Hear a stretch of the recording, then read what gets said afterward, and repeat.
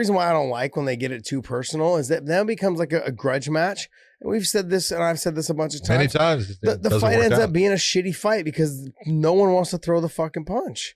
They don't want to be the guy that lost to the guy that was all that shit talk. So you end up with guys just circling around, one punch, one kick, maybe a takedown, half-hearted ass takedown. It's garbage. And so, well, I look at it this way, and I could be wrong, but right now,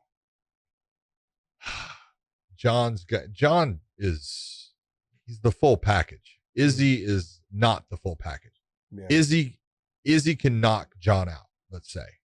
It's a possibility. I'm not saying it's going to happen, but he could. But if the fight goes onto the ground, they're at different levels. Oh, yeah. Because Jon doesn't have, like, you know, if you want to say a credentialed, you know, belt in jiu-jitsu, the sumbitch is good. Yeah. He has tapped out a ton of black belts. Yeah. Okay. He's got everything. His wrestling is solid. He took DC down whenever he wanted to, it seemed like at times. Whoa, calm down. No, bullshit. Let's just be honest. It got to the point in the first fight, DC stopped even fighting just to try to take him down. And he did. He took him down and he popped right back up. So his level of MMA wrestling is outstanding. Don't make me jump through this camera and smack you around. Come on, jump through, baby. Jump through. Talk about my boy like that. Jeez.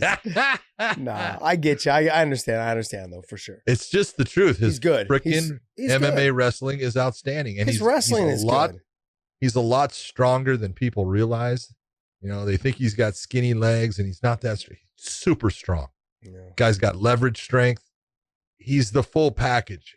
The longer, and I everything is about, you know, that you have your biological age and you have your, you know, what your body is. And then when you're fighting, you also have that mileage. Jon's been fighting a lot of good guys for a long time now. Yeah. And he's taken more and more abuse in his last 5-6 fights. Yeah.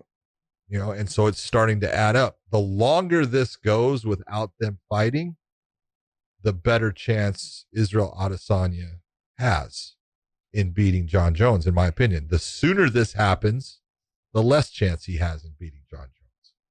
Just in my opinion. Yeah, I think if Izzy plays it right and does the Floyd Mayweather and waits till he's out of his prime, exactly. That'd be brilliant. I think if he waits another year and a half, maybe two, somewhere in there, I think Izzy will be coming into. He's already come into his own, but I'm saying, like, just dominating his division. There's really no one else for him to beat. So if you give it another year and a half, I think you have no other choice to really make that fight. You've got Hermanson, you've got Cannonier, and you've got who else? I think that's all the guys that are left for him to beat, you know, in that division.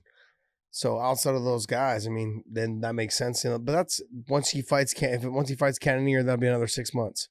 Then he fights Hermanson. Let's just say Hermanson, he gets there. You fight Hermanson. That's going to be a year and a half, you know, and then you have time for the Jon Jones build up and all that shit. I feel like you got to strike when it's hot.